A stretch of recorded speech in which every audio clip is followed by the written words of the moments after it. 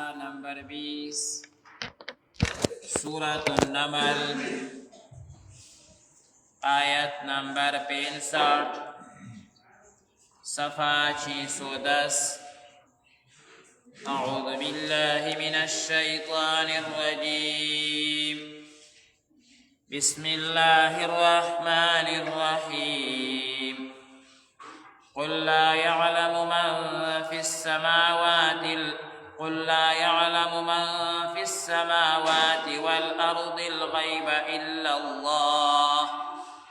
وما يشعرون أيان يبعثون بل ادارك علمهم في الآخرة بل هم في شك منها عمون صدق الله العظيم بسم الله الرحمن الرحيم قل تاسور تو فرمائي لا يعلم نپوهيگي من في السماوات هغسوك چه پسمانون كدي والأرض او پسمك كدي الغيب علم غيب باندي إلا الله سوى دالانا وما يشعرون او دينكوهيگي أيان يبعثون شكل باديرا پاسولشي بل ادارك بلكي ختم شويدي علمهم علم ددي في الآخرة آخرت بحقلا بل هم بلكي دوي في شك فشكدي منها داخرتنا بل هم بلكي دي منها داخرتنا عمون دزرران دي بسم الله الرحمن الرحيم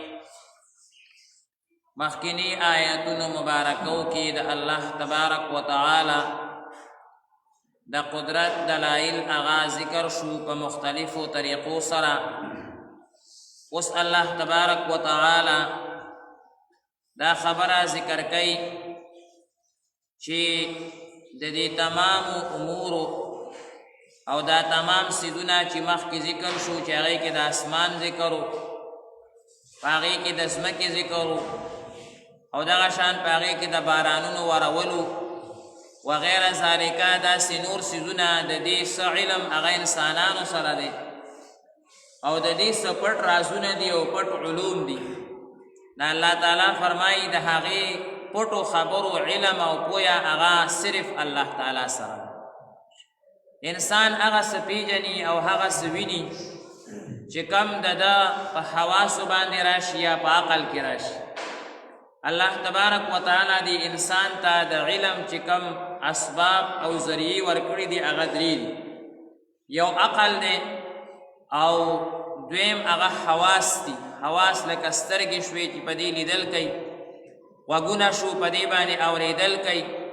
پوزه ده نو په دې باندې بویول کوي خوله ده په دې سکل کوي نو دا حواس دي الله تعالی د انسان ته ورکړي دي او په دې باندې انسان د علم او پوهه حاصلوي او دریم هغه وحی ده چې هغه قرآن مجید دی احادیث مبارکه دي په دې درې څیزونو باندې انسان علم حاصلولی شي پوهه هغه حاصلولی شي په عقل باندې چې مونږ او تاسو پوهه حاصلو نو هغه څیزونه وي چې هغه په سترګو باندې نه ښکاري نو بیا په عقل باندې معلومو لکه مثال په طور باندې یو انسان دی کراچۍ یې نه دی لیدلي خو د خلکو نه اورېږي اوس بعضې څیزونه داسې دي چې د هغې علم مونږ سره نشته لکه د ځمکه اسمان کې داسې څیزونه دي چې د هغې علم هغه مونږ سره نشته پوهه مونږ سره نشته بلکې مونږ په دې موجوده اوس چې کوم بل خوا راته پته نه لګي بل خوا چې ګورم دغه شان هر انسان علم غیب کلي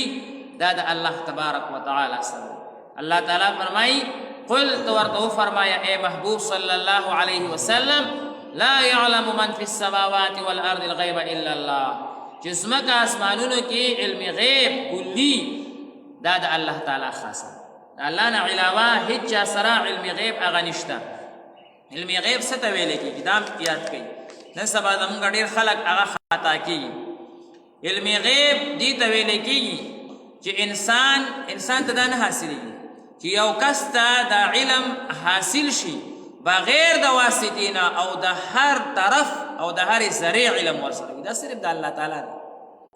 یقین نشته، ګمان مو پیدا کېدی شي صحیح وي، خو لیکن چې بعضې خلک وایي ګوره په 12 منټه د پاسه په 11 یاد کاغه مکه ټیم باران شروع شو، نو ټیک ده که نه، خو په غیب سره یې نه دی حاصل کړی. علم غیب د الله سره دی، دی په اعلی معلوم کړي، آلاتو نه دا معلوم کړي، نو دا غیب خبره ختمه شو، دا غیب نشو. غیب به اله وي بغیر آلی وي، بغیر آلی څوک هم نشي معلوم. یا د ځینې بزرګانو مونږ کشف و کرامات هغه ذکر کړو چې هغوی ته داسې پته ولګېده دا الله ورته خبر ورکړی. دا علم غیب نه دی، دا په واسطې سره دی. دا علم غیب ټکې یاد ساتئ، دا نبی علیه الصلاة والسلام سره هم نشته. حافظ ابن حجر صاحب رحمت الله علیه لیکلي وایي موسی علیه السلام او خضر علیه السلام دی چې کله ملاقات وکړو او بیا دی سفر شروع کولو، نو دی په یو سیند باندې تېرېده په کشتۍ کې، نو هلته کې خضر علیه السلام هغه یو مرغۍ ولیده، هغه په چونچ کې اوبه راخلي، چونچ کې. نو موسی علیه السلام ته خضر علیه السلام وایي زما او ستا علم د الله د علم مخې ته داسې دی لکه د چونچ کې چې د مرغۍ د زره غوندې اوبه راواخېستې او د الله د علم دا سمندر د علما وایي د دین هم د الله علم سیوا دی، دا صرف د فهم دپاره ورته ذکر. نبی علیه الصلاة والسلام سره هم علم غیب نشته. حافظ ابن حجر صاحب رحمت الله علیه لیکلی دي چې په تمام دنیا کې الله تبارک وتعالی انبیاء کرامو ته ډېر علم ورکړی، ټولو نه لوی علم انبیاء کرامو سره. بیا په انبیاء کرامو کې د ټولو نه لوی علم نبی کریم صلی الله علیه وسلم سره. دومره علم دی نبی علیه الصلاة والسلام سره چې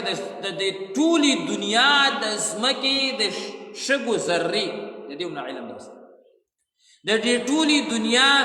د اوبو څاڅکي دومره علم نبی علیه السلام سره دی، د دې ټولې دنیا د دې ونو پاڼې دومره علم نبی علیه الصلاة والسلام سره دی، د دې ټولې دنیا چې د آدم علیه السلام نه واخله قیامته پورې څومره باران ورېږي د دې څاڅکو عمره علم دا نبی علیه السلام سره دی. خو د الله علم د دې نه ډېر سیوا دی،